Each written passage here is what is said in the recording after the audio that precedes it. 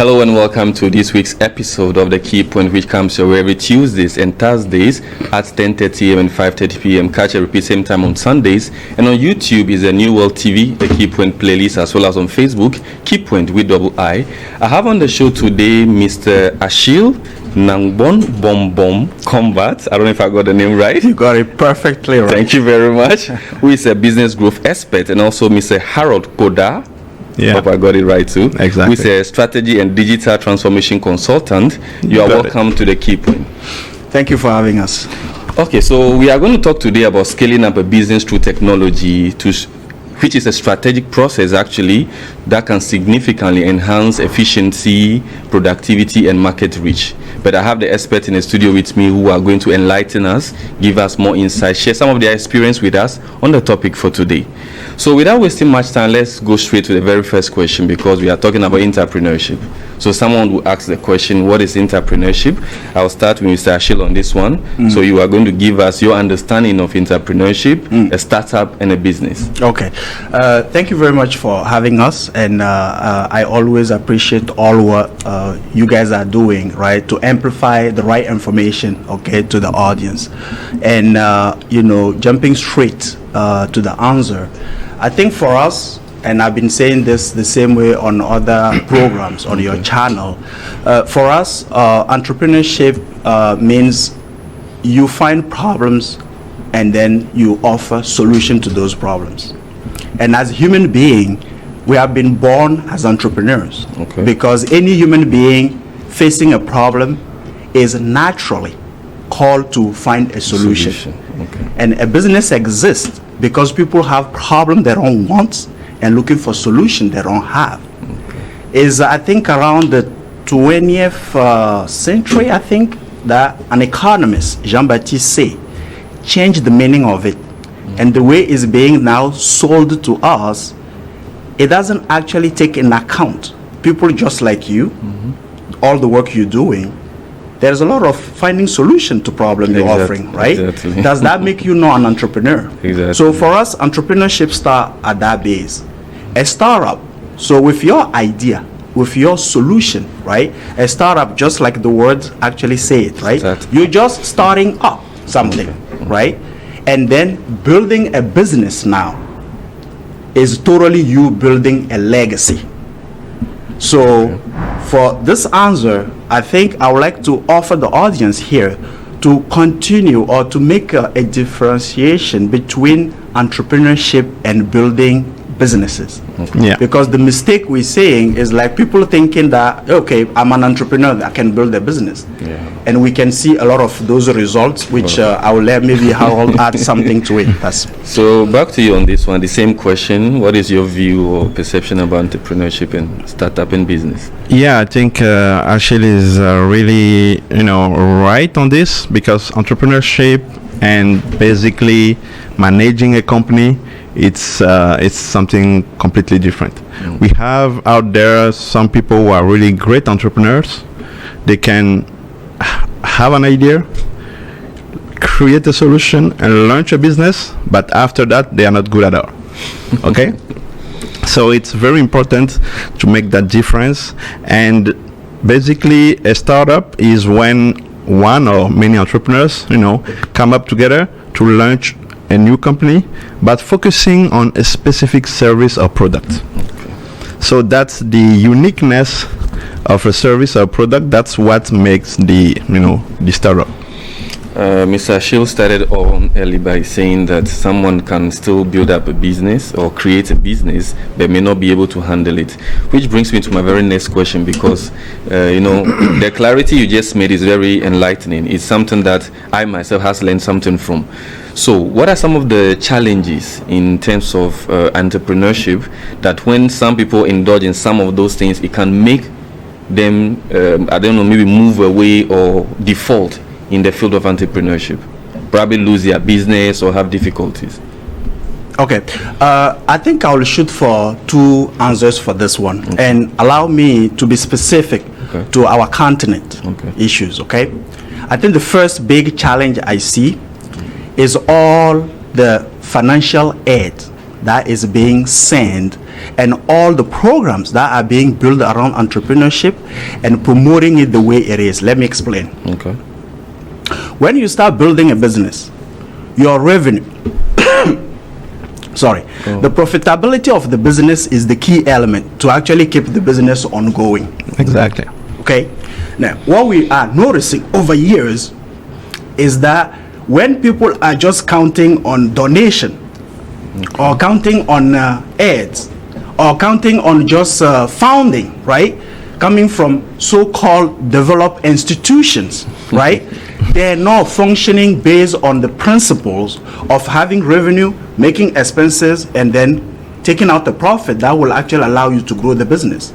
We have many cases that I personally was involved, where a program, and I know the association is called START, right, and the head is Garo something. So where we started a project with the private sector to be able to sustain the recycling of plastic. But that program was actually to turn toward funding, right? Coming, oh, you know what, there's 1 million here that is given for free. There's nothing for free. We all know that, right? So the first challenge I will put out there to your question is us being bombarded with funding that is making people with their good ideas, with the solution they're bringing, not to run actually everything based on, okay, I have my P&L, is my P&L correct? We are more looking for funding. The second one I will mention, and we don't talk about it that much, and for me, until the place where I am today, I think instinct and intuition is something very powerful. You can talk to all the great leaders. They will tell you how much. Steve Jobs is a good example, right? They will tell you how much, at the last resort, the intuitive strength, the instinctive strength is what made them stick to their mission. So there are those skills that actually bring the values and the principles about life that I can see, again, staying focused on our continent. We're not allowing our entrepreneurs to take time and develop them. Just for the fact that when things are getting tough, it's no more just the idea that will keep you going. Exactly. There are some strengths that nobody can take away from you. So I think those are the two challenges, and I'm sure Arol will add something. Just to back up, because you said everybody is born an entrepreneur. I think that proves the point you just made, actually. So, Mr. Harold, still on the issue, factors that can constitute a failure for entrepreneurship. To be honest, I want to point out something that Achille said, and it's about adaptability. Okay. When you are an entrepreneur, you need to have that quality to be able to adapt yourself, against the competition, against things that are not planned, basically. Let's say COVID, for example, and you need to trust also your guts. Yes. That we have all the numbers, analytics, and so on. That's okay. But sometimes, with the numbers, with the data, everything, you just don't have the answer, and you don't know if you should go right or left. That's where I don't want to call it magic, but the power of your intuition, as Achille said, is very important. Yeah. Okay, so now moving to a much more specific question that is talking about the SEOs and SEMs. Someone who asks, how do they contribute to an entrepreneur or a business owner to scale up their business? So I will start with Mr. Harold on this one. How do we implement the SEMs and then the search engine optimization and the search engine marketing, for example? How do we use them to scale up our business? Yeah, that's a great question. Before then, too, from your submission, there's something I also noted is that sometimes, even if some people want to be entrepreneurs, the moment they start and money starts coming, their mindset switches to becoming a business. So it's all about money. It's no more the problem that we found, the solution we have. The foundation to build, right? Yeah. Yes. And you're right. If you allow me, I wanted just to add something. I think I will invite many, entrepreneurs, as human that we are, right? Let's stop going after 5 things to become rich, 10 things to build whatever business. There is no excuse me the word way you have 100 even or 10 or 20 things. Okay, it's like a billion things to be able. And I like how Harold put it, adaptability. nobody has the magic formula. Yeah. But when you know and you build the foundation, so you're right. Because sometimes money is a tool. Yeah. And when we don't see it as a tool, that's what the result we have. And I'm so adamant about, all this funding, because it's just sending the mindset in the wrong place. Because it's all about money. Yeah. Than building value, All right. So coming back to the SEO and SEMs, how do we use them? Yeah. To start, let's say SEO, SEM, and all those stuff, it's called marketing, and specifically digital marketing. Okay. Here in Africa, I won't take the whole continent, but maybe in Togo and some countries around, people tend to forget that marketing is a very important aspect for a company. Okay. They will do their budget, operation, all those kind of stuff at some point. But for the marketing, they will be like, okay, we will kind of find some people, and then we will gain market and so on. I think some people feel, everybody know we are already here. They know our name and all that. Yeah, exactly. So that should be okay. As they thought, but no, not at all. So SEO and SEM, SEO for search engine optimization and SEM for search engine marketing, those are, let's say, I will call them techniques that we can use to promote our company online. Okay. And SEO, it's all about all the action you can do to get on top of search engines that we call, let's say, natural result. Okay. So when someone go to Google or Bing and so on and type, for example, restaurant in Lomé, so we have the paid search, so the paid result first, and then we have the organic ones. Yeah. So all the techniques that we use to get on the top of the organic result, that's what we call SEO. And SEM, it's all about Google Ads and so on. So for that, you will pay. You will first select a number of keywords and then pay for that, and you will be bidding against other people to appear on the top. So that's the game. Because I was about asking the Facebook sponsored ads that we see every time we click something, there's an ad that comes in. Yeah. I was about asking, but thank you for clarifying that. Exactly. Facebook and so on, they are grouped in the social media marketing, but SEM is more about the search engines. Okay. Yeah. So back to you, any addition? Yes, and I think I'll just always go to the basic, right? To really support what he already laid it out, okay? And the beauty of the access to internet is that is changing the way we do commerce, right? Initially, you have to open your store, right? It's your time, it's your place, people will come. So internet is allowing any business today to reach out to the right client at the right time and then at the right place. Because people with human evolution, people are no more looking for just the store. People have to find you. Yeah. And people have to find you on their time, on their terms. So while you're sleeping, even if your store have to close between midnight and whatever, people have to be able to have access to the service. And that's where everything that Harold just mentioned comes in. But when you understand the importance of this that way, because as human being, again, our evolution, right, is always matching how technology is being innovated. Yeah. Right, human evolution is technology innovation, right, is always following human evolution. So I think that base is making everything that he said, as a partner with Google, right, in Africa, mainly in French-speaking countries and in North America, right, we do actually work hard to help serious businesses. Okay, he made an introduction that's very important, because people just think no, it's easy, I learned it from maybe YouTube and I can do there's a science behind, because the algorithm itself, even us as partners or expert into SEO, having a team working on that, we don't master everything, because the algorithm change frequently to be able to have a satisfaction from everything that he mentioned. That actually draws me to my next point, which is AI and machine learning, because nowadays it's almost involving everything from creation of images, audios, videos and graphic contents, even to the extent of sometimes creating things that can constitute misinformation and disinformation, but also at the same time bringing solutions to some of those misinformation to be corrected. So in terms of business, someone will ask, how can I use AI and machine learning to scale up my business? I'm going to kick off with you on that one. Okay. I think the whole movement about AI came the last years, and we just feel like people think it just started now. Okay, this is not new.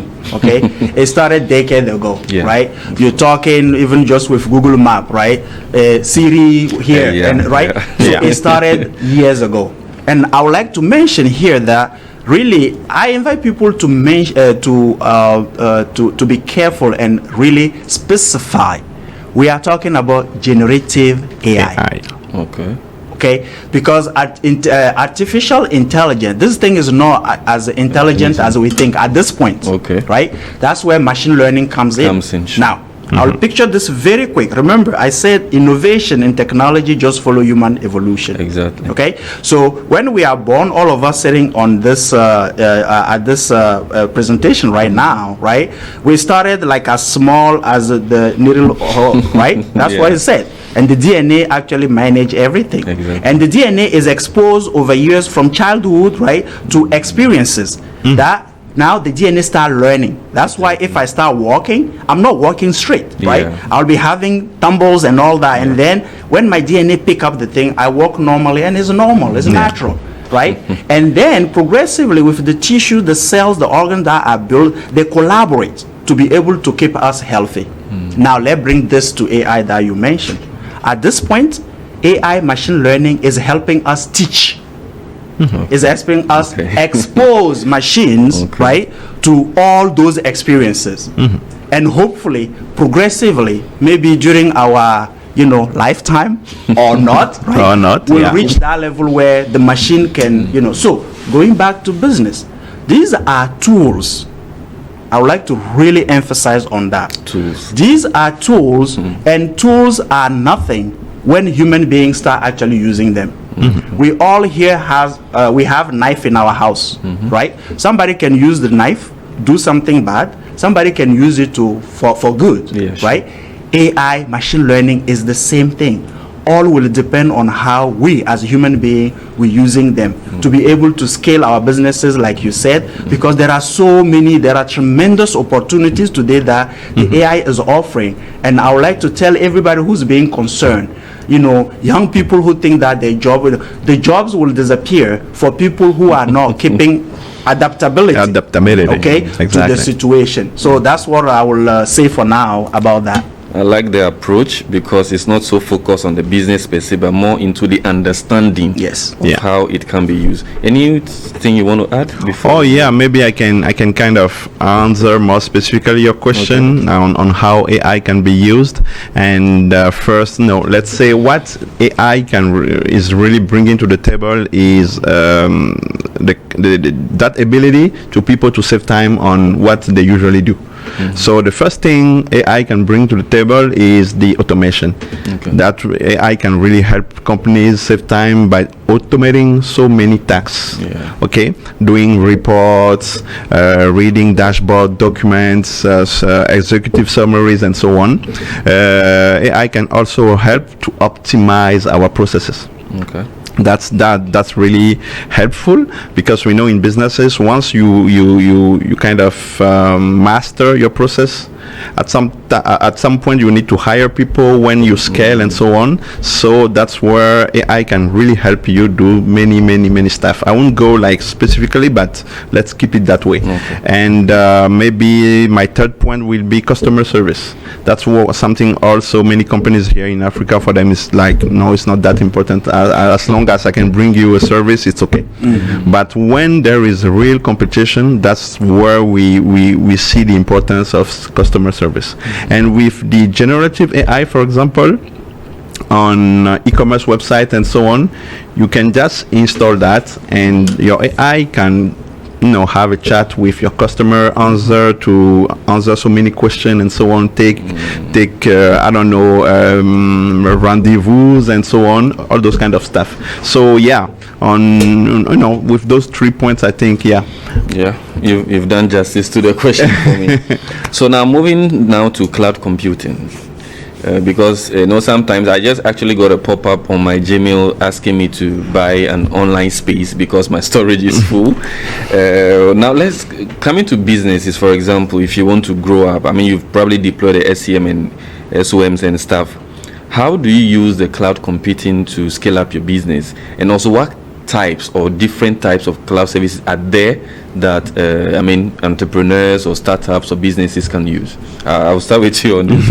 Yes, I think you mentioned something about Gmail, and maybe I'll just focus on that, okay? And it just fit well because as partners, with Google, right? Our goal is really to bring Google integrated ecosystem to businesses, right? It's so funny that most people are familiar with Gmail, for example, right? And maybe it's due to the fact that we have been so much molded into free, right? Yeah. So people have the Gmail already, right? With so many already. Gmail is just a good cloud-based product. Yeah. Okay. So right now, Gmail was created as a test. Okay, if you see all the products that are coming, digital products that are coming out, Facebook and all that, they started as something to test because you cannot start selling a solution validated to people. Okay, so in Gmail you have so many tools for your office work, and he mentioned processes in before this question, right? So you can actually streamline processes already with the cloud computing, right? So at this point, for example, so many people don't know that something called Google Workspace exists. Right? So you mentioned how your storage is emptying and all that. So for any business that is taking the activity, okay, or the convenience to offer to clients seriously, right? Yes, you can start maybe with those Gmail account, but now you can move from that Gmail account to something more professional, where already, right, your business name can be the key, blah, blah, blah, blah, blah, right? And then you can put your name to it, which is changing the branding of your company. Now, people will tell me that, I can get this, for free, or I can get this cheap somewhere else. But no other services is integrating actually productivity tools like Google Workspace, at least for what we know, right, at this point. And in Africa, mainly, we have been used, and I think this is not done in other countries really like this. When we buy a computer, it's already Microsoft everything, either for free somewhere. You follow me? I had that experience when I went outside and I had to use, and it has to be either online. I have to pay for it. I was like, something I've been installing easily. Exactly. Yeah. So I wanted just to pick on maybe like Google Workspace, Google Cloud. There are many cloud services. I'll talk about maybe what I know better and what I actually judge or analyze to see as a good tool to equip businesses. So now, cloud computing. I just want people not to get lost with the terminology, right? Computing is started with having a desk or you having a computer on spot. Everything is stored on the computer on spot. Okay. Progressively, some big companies like Amazon, Microsoft themselves, even Google, because they're running, I will focus on Google if, because that's where I have a mastery. Okay. So Harold was mentioning how Google vision was to put the whole world information at the fingerprints tips of any citizen, right? And that requires a lot of power to run information like that. And they find themselves over time having like huge cloud servers, right? That is not used totally. So what they decided to do, let's optimize this and start actually renting part of our servers to other businesses that can use the process. You follow me? So we move now from locally computerized system, right, to the cloud. Now the cloud has nothing to do with the cloud that we know, right? But it's just like some big servers. We're not talking about data centers, okay? Some big servers that are put in place that allow everybody to be able to actually have access. As the cloud is everywhere. As the cloud is yes. everywhere, yeah. And it's more secure. Yeah. And you actually run out of the risk when there is a fire or there is anything like Earthquake, locally for your server that will break. Okay, so I think to your question, how cloud computing will help is a huge domain of opportunities for businesses to understand that they can scale up by letting, as Harold was mentioning, by letting machine help for the productivity. And Google Workspace is really something that I will invite your audience to look at, but please find the right support. Because a product is a product. Anybody can go out there, have access to it. But if you don't have the right support, then you're just doing things, throwing in the dark or trying to figure it out or helping any IT person to think that, oh, because I'm an IT person, I can, I can handle that. Yeah, but no. It's definitely not the case. So yeah, for the support, it's something very important, and we can see that even in some case studies, some companies have failed just because they don't have the right IT solutions. Okay. Yeah. So what cloud computing can do for businesses is first, saving costs in all the IT infrastructure, because let's be honest, if you want to launch your business and buy all those IT systems and put it in place yourself, you will spend a lot of money. So that's better just to rent a place from Google, Microsoft, Amazon as you want, and to use that for your business. The cloud computing also, it's also about the security, because once again, if you have every system in your building, you have to hire IT specialists, cyber security specialists, engineers, etc. So it's just great to have all that in one place with a good contract and secure your data and so on. I know sometimes people are a little bit afraid because they will say, okay, Google will have access to my data, etc., etc. Privacy, etc. Yeah, that's true. It's okay. They can, I think it's okay if they are afraid of that, because they don't have direct access to their servers. It's okay. But that's where everything regarding the contract and so on comes to place. So when you have the right support, the right company that can bring you the right solution, I think you will be safe. Well, in terms of security, sometimes I just look at it in terms of bank. When you go and put a physical cash there, it belongs to them for that period of time until it comes back to you. Exactly. And you can't actually go and see where the money you brought in. So I just go with that mentality. Now, to the point he added, if I may, I think the other issue that we're also facing, as expert in this field of cloud and all the services related to digital transformation, is the geopolitics situation. And I think that is something to consider. But like he said, I think contracts are where we need to be actually more careful. And then the support, because those things happen because sometimes people don't get the right support. I'm sorry to say, I even see some IT directors, they're not upgraded.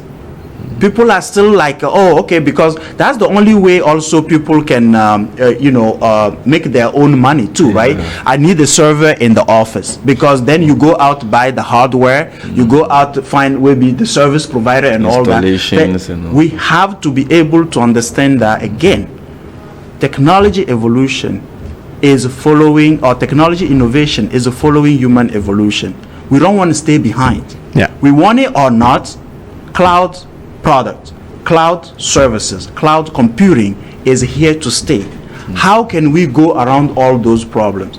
And for Google Workspace and Google Cloud, for example, one solution the last 5-6 years was to put actually servers in South Africa. Okay. So at least between us African, right, we can have, okay, and then you still have the choice to say, you know what, I want my data actually not in South Africa, I want my data in North America. That's still a choice. So there are things to go around with, if that makes sense. Yep. So we are taking the very last question, and then I'll take your last words as well. With all that we've mentioned, I'll start with you on this one. I want you to give me probably just 2 or 3 specific challenges that an entrepreneur could face trying to use technology to scale up the business. Oh. Oh, okay. Yeah, that's a great question. I will go first with the change management. Okay. Bringing IT solution to the table, to your company, it's great. But you really need, let's say on a management point, you really need to train your people and to let them understand the value that those systems will bring to the company. Many times you'll see, everything regarding digital transformation is not really about the technology itself, but it's more about people. How they perceive the system and how they will be trained to use those systems, and in the way we do business, many times when we have, let's say, some lack of, trust or follow up on some processes, some people will use that, to make money on the side. But with the IT systems, database, platform, and so on, everything is clear, everything is somehow traceable. So it's very, very difficult to people to continue, with those behaviors. So the change management is something very important.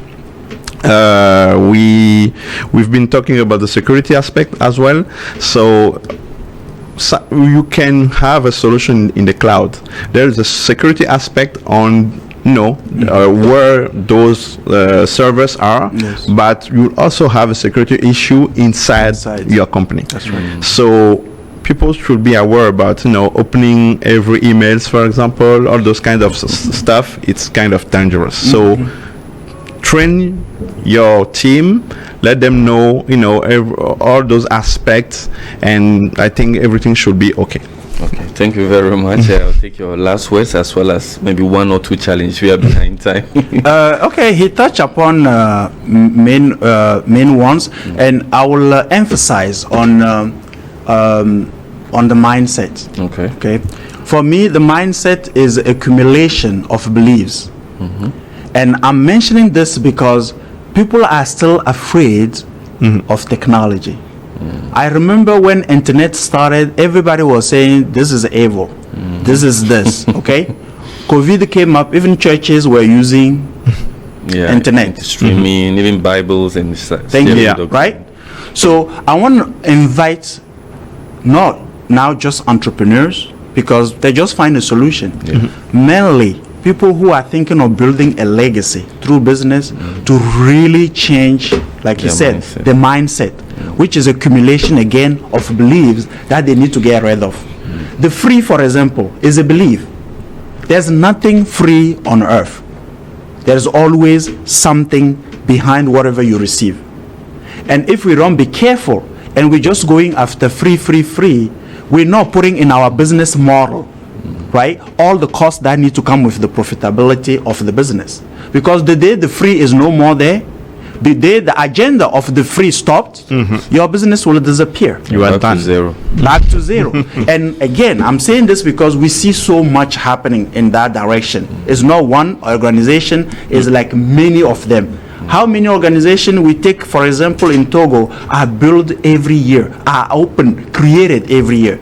But nobody is talking to us about how many are not even going after 2 years, right? So I will invite, to add to the change, I will invite entrepreneurs and all that to really check again, double check their mindset, which is just a accumulation of beliefs. Those beliefs that are not serving you, just get rid of them. And the last thing, financing. I think we need to look to funding and financing in a different aspect, okay? You don't just start an idea, a solution, and then fighting for financing. Okay, make your product great, and allow your consumers to be your first bank. I will take your word on that one. Make your product great and allow your consumers to come in. And also, technology is not so much about the technology itself, it's about the people. Yes. You also need to change your mindset in terms of the use of technology. So if we come up to the end of the show, I've had Mr. Nabon Bombom Combat, who is a business growth expert, and also Mr. Harold Poda, who is a strategy and digital transformation consultant. Thank you very much for honoring the invitation for the Key Point. I'm hoping maybe next time we'll have you on the show, because we could talk about this all day. Oh yeah, for sure. That's right. Space of time. So to my viewers, I'll be meeting you next week, same time Tuesdays and Thursdays, 10:30 a.m. and 5:30 p.m. same time on Sundays. And on YouTube is the New World TV, the Key Point playlist. See you next week. It's a bye.